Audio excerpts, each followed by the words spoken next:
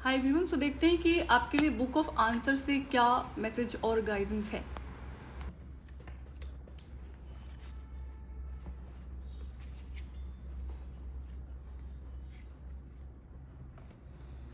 तो यहाँ पर अगर आप किसी डिसीजन को लेना चाह रहे हो या फिर कोई काम करना चाह रहे हो, कुछ अचीव करना चाह रहे हो, तो उसके लिए आपको लिस्ट बनानी है कि आपको क्यों करना है, क्या रीजंस है जो आप इस काम को करना चाहते हो।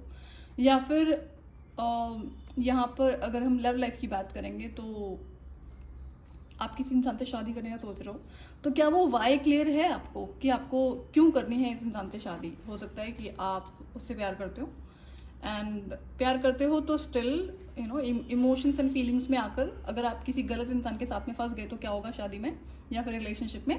तो यहाँ पर ये भी है कि आपको बैकग्राउंड चेक ज़रूर करना है, गेट द इन्फॉर्मेशन। तो वहाँ पर फिर वो वाई क्लियर हो जाएगा। एंड ये भी हो सकता है कि दूसरे लोग आपसे सवाल करें।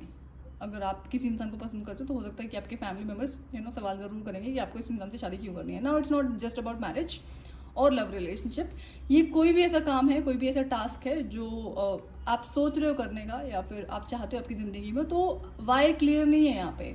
तो पहले तो उस वाई को क्लियर करो। ऐसा क्यों है? क्योंकि फॉर एग्जाम्पल आप कोई काम शुरू करना चाहते हो। अब जो काम किसी भी इंडस्ट्री में, एरिया में अपना करियर बिल्ड करने का सोच रहे हो, कल को आप वहाँ पे कुछ टाइम के अंदर बोर हो जाओगे तो छोड़ दोगे उसे। तो जब इंसान पैशनेट होता है किसी चीज़ के लिए तो वहाँ पर मनी बहुत ज़्यादा मैटर नहीं करती है, डेजिग्नेशन बहुत ज़्यादा मैटर नहीं करती है।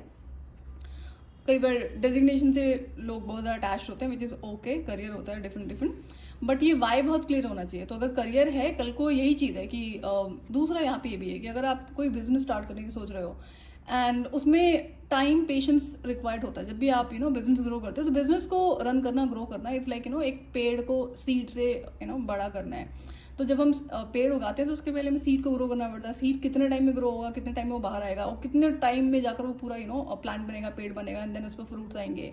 तो उसको उस तरीके से सोचना है। तो क्या उतना पेशेंस आपके अंदर है? तो ये सारी चीज़ें क्लियर होनी चाहिए। ये इसलिए आपको गाइडेंस दी जा रही है। कल को आप इसे शुरू करो और छोड़ दो तो ये गलती नहीं करनी है। तो मेक श्योर कि आप वाई क्लियर रखें। तो अगर बिजनेस की बात है तो ये भी ध्यान रखना है कि कल को इमिडिएटली आपको रिजल्ट्स नहीं मिलेंगे, बट जब मेहनत करते हो कंसिस्टेंसी के साथ में, ऑनेस्टी, लॉयल्टी से, तो मेहनत बाद में आपको जो आपने करी है उसके रिजल्ट्स आपको ज़रूर मिलते हैं। तो ये वाई में कई सारी और चीज़ें आ जाएंगी। आपका पेशेंस रिक्वायर्ड होगा, मेहनत रिक्वायर्ड होगी। तो क्या आप उस चीज़ के लिए रेडी हो? बीच में छोड़ तो नहीं दोगे। तो इन चीज़ों पर आपको ध्यान देने की ज़रूरत है। तो ये है आपके लिए गाइडेंस। अगर आपसे रेजोनेट करती है आप फॉलो कर सकते हैं।